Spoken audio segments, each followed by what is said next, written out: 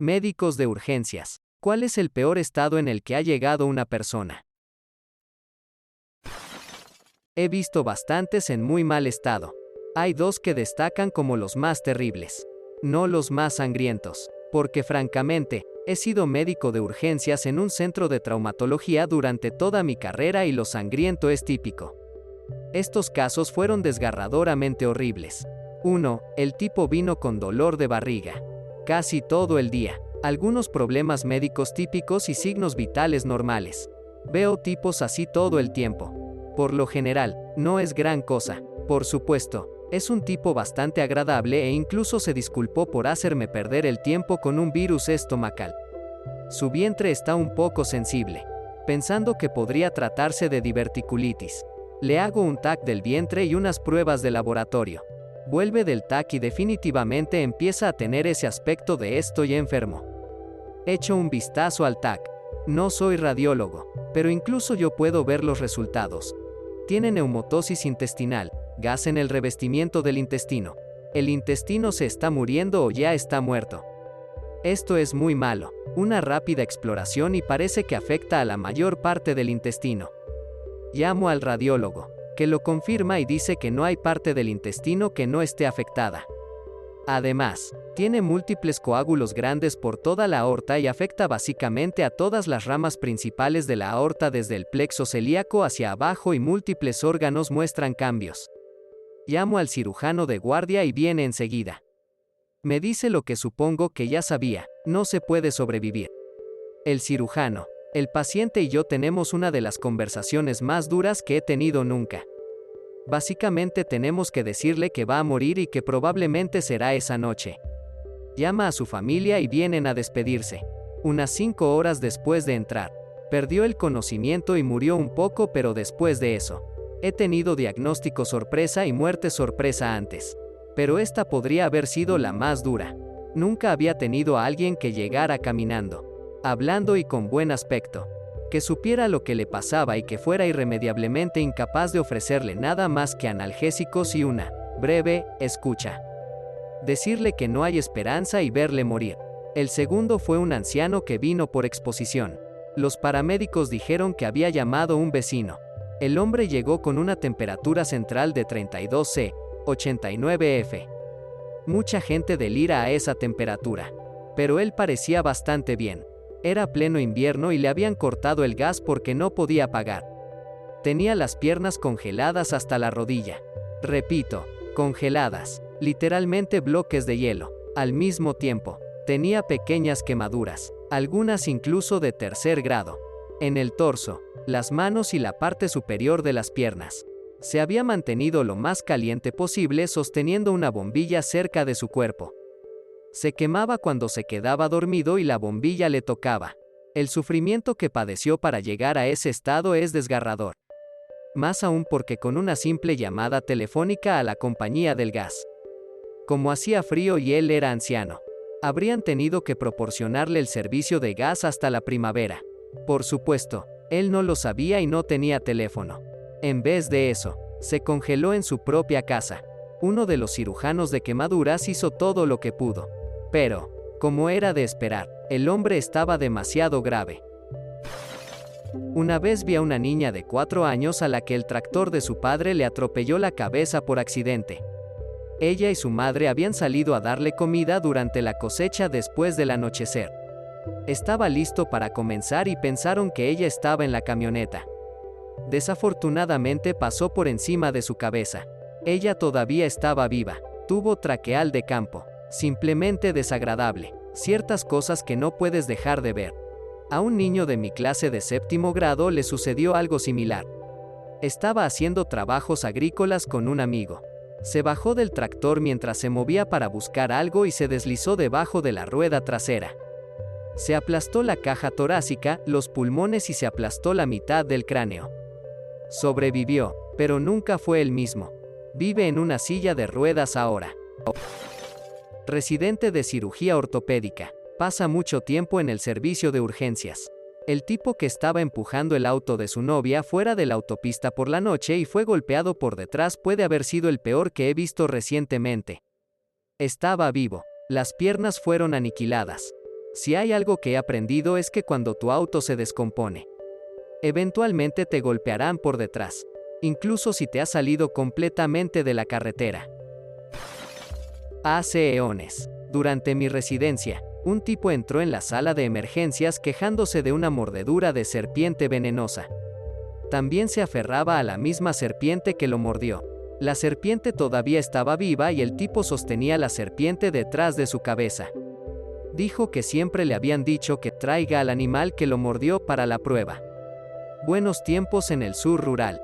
Una vez, un hombre entró en nuestra sala de emergencias quejándose de una mordedura de serpiente. Las enfermeras le preguntaron si sabía qué tipo de serpiente era. Dijo cabeza de cobre. Le preguntaron si estaba seguro. Él respondió, está en mi camioneta si quieres comprobarlo. La reacción inmediata de este tipo al ser mordido por una serpiente fue aparentemente golpearlo con una pala, cortarle la cabeza, tirarlo en un balde, ponerlo en su camioneta y conducir él mismo hasta el hospital. Tenía razón sobre el tipo de serpiente. Documento de urgencias aquí. Una enfermera vino a agarrarme mientras estaba en el historial. Doc. Necesita ver la habitación 6 ahora mismo. Para los que no trabajáis en urgencias. Cuando una de las enfermeras os dice que vayáis a ver a un paciente, salís corriendo. Doy unos pasos hacia la habitación 6 y el olor a carne podrida me golpea como un camión. Me amordacé en el acto, y esto es en tiempos de COVID. Estoy enmascarado. Miré a través de las puertas de vidrio de la habitación 6 y noté a una mujer joven que se veía bien. Como se veía tan bien. Sabía que podía pasar un minuto más tomando un desvío rápido para encontrar un puñado de hisopos con alcohol que abrí rápidamente y me metí en la máscara para ayudar a apagar el olor. Entro en la habitación y encuentro a esta joven mujer de 30 años con la pierna dentro de una bolsa de basura, sentada junto a sus padres y su familia. No parecen desconcertados por el olor rancio.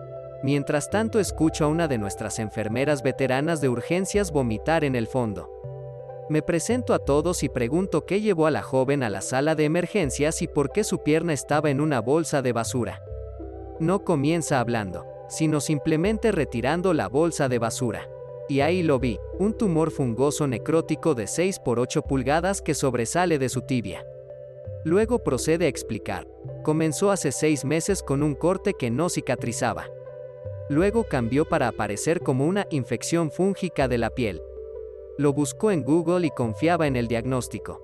Decidió tratarlo privándolo de azúcar y siguiendo una dieta vegana sin azúcar. Finalmente, convenció a toda su familia de hacer lo mismo para ayudar a tratar la infección. Y luego, aproximadamente un mes antes de su visita de hoy, era demasiado grande y doloroso incluso para caminar, por lo que ha estado viviendo en su habitación en casa tomando cursos universitarios virtuales en línea. Agregó que ha perdido 30 libras desde que la infección comenzó a desviar los nutrientes de mi cuerpo hace unos meses. Debido a que creció y se desarrolló tan lentamente, su familia y ella misma estaban completamente aclimatadas al olor y no notaron nada. En este punto de la conversación, escuché a otra enfermera vomitar. Luego me senté y le di las malas noticias, que no se trataba de una infección por hongos y probablemente de un cáncer avanzado, que la admitiríamos en el hospital para más estudios y resección quirúrgica. Hice un seguimiento de sus pruebas de hospitalización la semana siguiente, innumerables tumores metastásicos en ambos pulmones. Nunca vi los resultados de la biopsia, pero supongo que es melanoma frente a células escamosas. La pobre niña probablemente ya esté muerta si no se ganó la lotería con la inmunoterapia para el melanoma metastásico. Un anciano veterano discapacitado se había mudado a casa de su hermana y el marido de esta. Y estos no tardaron en encerrarlo en su garaje. De vez en cuando tiraban pan y alcohol allí con él, y procedían a cobrar y canjear sus cheques de invalidez a medida que llegaban. Estuvo sentado en ese garaje en un estupor de borrachera y sus propios desechos solo Dios sabe cuánto tiempo. Antes de que un vecino informara de que oía llorar desde el garaje y un olor espantoso una vez que se acercó lo suficiente. Llegaron los paramédicos y la policía. Los ocupantes de la vivienda fueron detenidos inmediatamente por diversos cargos, y se llevaron a la víctima en silla de ruedas. Llevaron al caballero a urgencias y el hedor a carne podrida llegó al abrirse las puertas. Estaba sentado e inclinado hacia adelante con una bolsa de plástico de la compra agarrada en cada mano. Llevaba esas bolsas como calcetines y aguantó hasta que conseguimos acomodarlo en una cama. El técnico y yo empezamos a quitarle las bolsas de los pies y descubrimos que le faltaba toda la carne de los tobillos para abajo y que los huesos estaban cubiertos de gusanos. Era diabético y, al perder la circulación en las extremidades, estas se pudrieron y los gusanos se comieron toda la carne muerta. Irónicamente le mantenían con vida, solo quedaban trozos de carne entre los dedos de los pies. Luego, cuando empezamos a desvestirlo, encontramos más gusanos saliendo de su pene y ano, comiéndoselo de dentro a fuera. Nos pusimos los trajes protectores y lo llevamos a la ducha de ventilación inversa para bañarlo y ponerlo más cómodo. Recuerdo que terminamos de ducharle y le llevamos como a un niño a la cama que le esperaba. Le envolvimos en mantas térmicas. Fue entonces cuando dijo lo único que le oí decir en todo el tiempo. Un simple, gracias, fue claramente lo más bonito que alguien había hecho por él en mucho tiempo y fue el agradecimiento más sentido que he recibido nunca. Ese pobre caballero no sobrevivió a la operación, amputaciones, etc., y su cuerpo se desplomó por la conmoción. Es una de las cosas más horribles que he visto nunca. Y el nivel de depravación humana que infligieron a este hombre sigue siendo algo que me enfurece. Por cierto, tanto su hermana como su marido fueron condenados por numerosos cargos y ambos recibieron cadena perpetua. Eso no me consuela, pero no me quita la pena que siento por ese hombre. Mi compañero de trabajo dijo que solía trabajar en seguridad en el hospital. El chico entra diciendo que se siente mareado. Pregunta si tienen un teléfono público. Se acerca, mete el cambio para hacer una llamada y cae muerto. Al parecer, una bala perdida le alcanzó en la cabeza y no lo sabía. Hay un caso en el que trajeron a un novio para interrogarlo después de que encontraron a su novia muerta a tiros. El oficial de policía seguía haciéndole una pregunta tras otra y este tipo era tan incoherente. Su historia seguía cambiando. Dijo que solo quería dormir. Resulta que le habían disparado en la cabeza cuando lo estaba su novia. Entró en un lugar extraño, su fosa nasal, por lo que el policía ni siquiera lo vio durante horas. Sí, no era un sospechoso que no cooperaba. Solo un tipo con una bala en la cabeza que no podía recordar que le habían disparado.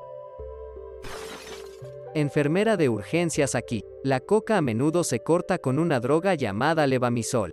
Esto causa vasculitis y eventual muerte de la piel en varias partes del cuerpo, especialmente en la cara. Me hice cargo de una señora que tenía esta condición en todo el cuerpo.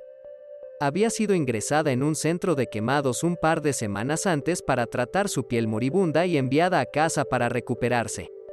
Se le indicó que cambiara sus vendajes, aplicara medicamentos y le dieron todo lo que necesitaba para recuperarse.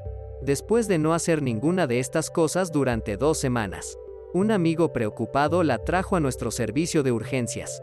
Todas sus heridas se habían gangrenado y los vendajes se habían adherido a las quemaduras. El olor, nunca lo olvidaré. Mojamos los vendajes lo mejor que pudimos y comenzamos a retirarlos. Ella gritaría. Empujaríamos más narcóticos y continuaríamos. Todavía gritaba, pero era un poco menos. Me tomó horas quitarme todos los vendajes. Gracias por mirar. Si te gustó el video, dale a me gusta. Si quieres ver más videos, suscríbete. Y si tienes algo que decir, deja un comentario. Adiós.